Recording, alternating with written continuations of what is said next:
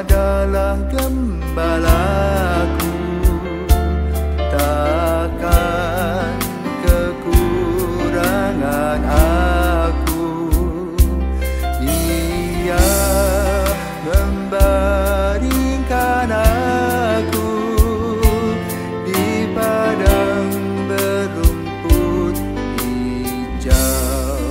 Saudara-saudara yang terkasih di dalam Kristus, selamat pagi.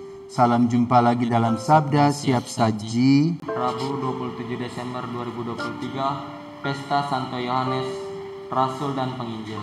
Marilah kita berdoa dalam nama Bapa dan Putra dan Roh Kudus. Amin.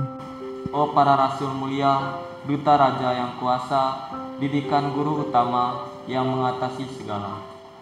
Di Yerusalem surgawi, penuh cahaya ilahi, kalian menjadi dasar bagi gereja yang benar. Kami rayakan pestamu, kami kenangkan jasamu, sambil mengucap syukur atas pengorbanan luhur. Terpujilah Yesus Kristus yang sudi mengutus, Rasul yang dipilih Allah Bapa, dipenuhinya dengan rohnya. Amin. Marilah kita berdoa. Allah Bapa yang Maha Luhur, Engkau mewahyukan rahasia agung sabdamu dengan pengantaran Rasulmu, Santo Yohanes. Terangilah kiranya akal budi kami, agar sanggup memahami ajaran luhur yang diwariskan kepada kami dengan pengantaran Tuhan kami Yesus Kristus, Putramu yang hidup dan berkuasa, bersama Dikau dalam persatuan Roh Kudus, Allah sepanjang segala masa. Tuhan bersamamu dan bersama rohmu. Inilah Injil Yesus Kristus menurut Yohanes, dimuliakanlah Tuhan.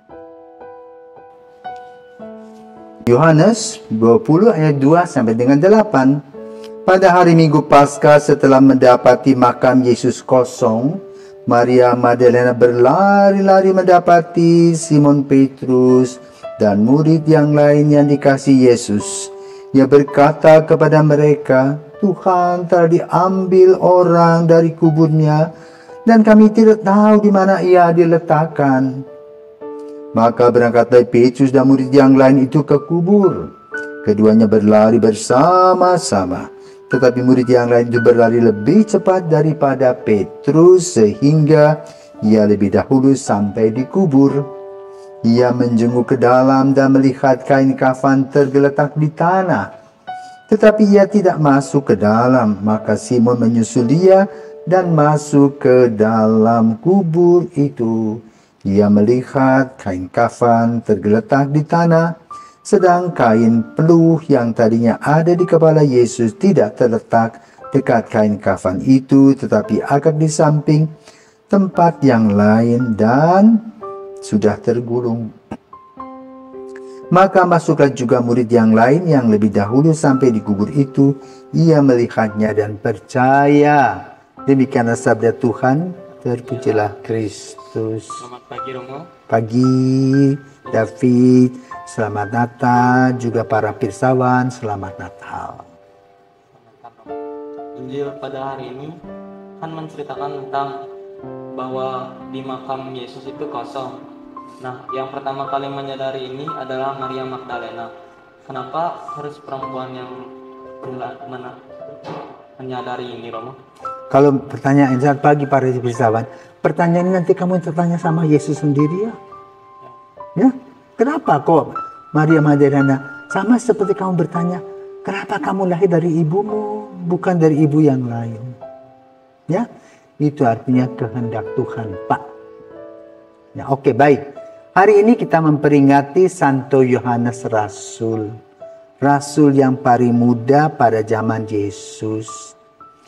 Yang wafat diperkirakan pada tahun 101 di Efesus. Yohanes mempunyai beberapa pengalaman yang luar biasa. Yang pertama, ketika dalam perjamuan malam, dia duduk dekat Yesus. Dia bisa menggelendotkan kepalanya. Maka para murid bertanya, ngomong apa sih kamu? Pengen tahu. Kedua, karena dia paling muda, masih disebut kelompokan anak-anak. ketika Yesus disalib. Para rasul lain di atas 18 tahun lari, karena kalau umur sekian tidak lari ditangkap. Tapi Yohanes tidak. Maka Yohanes berkesempatan hadir di kaki salib Yesus, di mana Yesus berkata dalam Injilnya yang dia tulis, "Ibu lihat anakmu, anak lihat ibumu." Dan sejak saat itu Maria tinggal bersama Yohanes. Kesimpulannya bahwa Maria tidak punya anak lain kecuali Yesus. Cukup banyak orang mengatakan, ya Maria punya anak lain dari Yusuf. Ya, kenapa? Sebagian orang ini berpikir Maria itu, kalau dalam gereja Katolik adalah Maria perawan. Ya. Bagaimana mereka bilang perawan itu kok punya anak dari Yusuf? Ya, itu tafsiran mereka, tetapi gereja Katolik dengan jelas mengatakan bahwa dengan kehadiran Yohanes di kaki salib membuktikan bahwa Yesus anak tunggal Maria. Tidak punya saudara, maka Yohaneslah yang mengambilnya. Ya. Kemudian dalam perjalanan tidak disebutkan dalam Injil yang kita dengar bagaimana kemudian Lukas pengarang Injil anak-anak Yesus bertemu dengan Ibu Maria. Itulah kelebihan dari Yohanes, dan Yohanes juga menuliskan Injilnya, Injil Yohanes, kedua surat-surat Yohanes, dan juga kitab Wahyu. Dalam Injil pada hari ini disampaikan bagaimana ya, sikap hormat Yohanes kepada yang lebih tua, dan ini merupakan pelajaran bagi kita orang muda yang kadang-kadang tidak anggap orang tua itu ada apa-apanya. Berita yang disampaikan oleh Maria Magdalena, kubur Yesus kosong.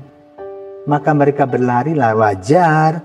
Kalau yang muda lebih dulu sampai, yang tua mungkin ngos-ngosan. Tetapi yang muda tahu adat. Dia tidak berani masuk ke dalam kubur, menunggu yang tua datang yaitu Petrus masuk ke dalam. Setelah itu barulah dia masuk. Nah, di sini perlu kita pelajari, ya. Kepemimpinan itu bukan serobotan, ya, tapi proses. Kadang-kadang anak-anak muda mau melangkahi yang tua-tua, ya, karena punya cantelan dengan yang besar, seolah-olah yang tua itu tidak ada arti. Nah, di sini kita belajar dari Rasul Yohanes, unggah-ungguh sopan santun etiketnya sebagai seorang muda yang sama-sama dipilih oleh Yesus, ya.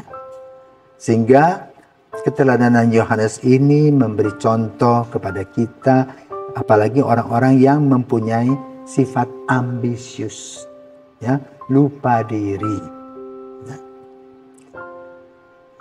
Santo Yohanes setelah Yesus wafat dan juga kemungkinan setelah Maria meninggal, baru dia pergi berkeliling. Dia sekarang di Turkia itu di Efesus dia menetap, mewartakan kabar gembira, dan kemudian dia wafat. Ada orang mengatakan bahwa Yohanes menjadi martir, ternyata tidak. Ya, inilah kisah tentang orang kudus yang kita peringati pada hari ini. Semoga semangat Santo Yohanes, terutama dalam menghormati orang yang lebih tua. Kita belajar dari Santo Yohanes, dan karunia-karunia yang dia dapatkan dari Yesus bukan untuk dia banggakan, tetapi untuk dilaksanakan dalam pelayanannya. Yohanes tidak mencari keuntungannya sendiri. Dia tidak pernah menjual Yesus untuk kepentingannya sendiri. Maka kita pun perlu belajar, jangan sampai kita menjual Yesus hanya untuk kepentingan-kepentingan kita masing-masing. Mari belajar dari semangat atau hidup spiritual Yohanes, yaitu bahwa sebagai anak yang paling muda, belajar dari yang tua, beradaptasi, mempunyai etiket yang baik, dan senantiasa melayani Yesus dengan tata cara etika yang baik. Santo Yohanes, doakanlah kami.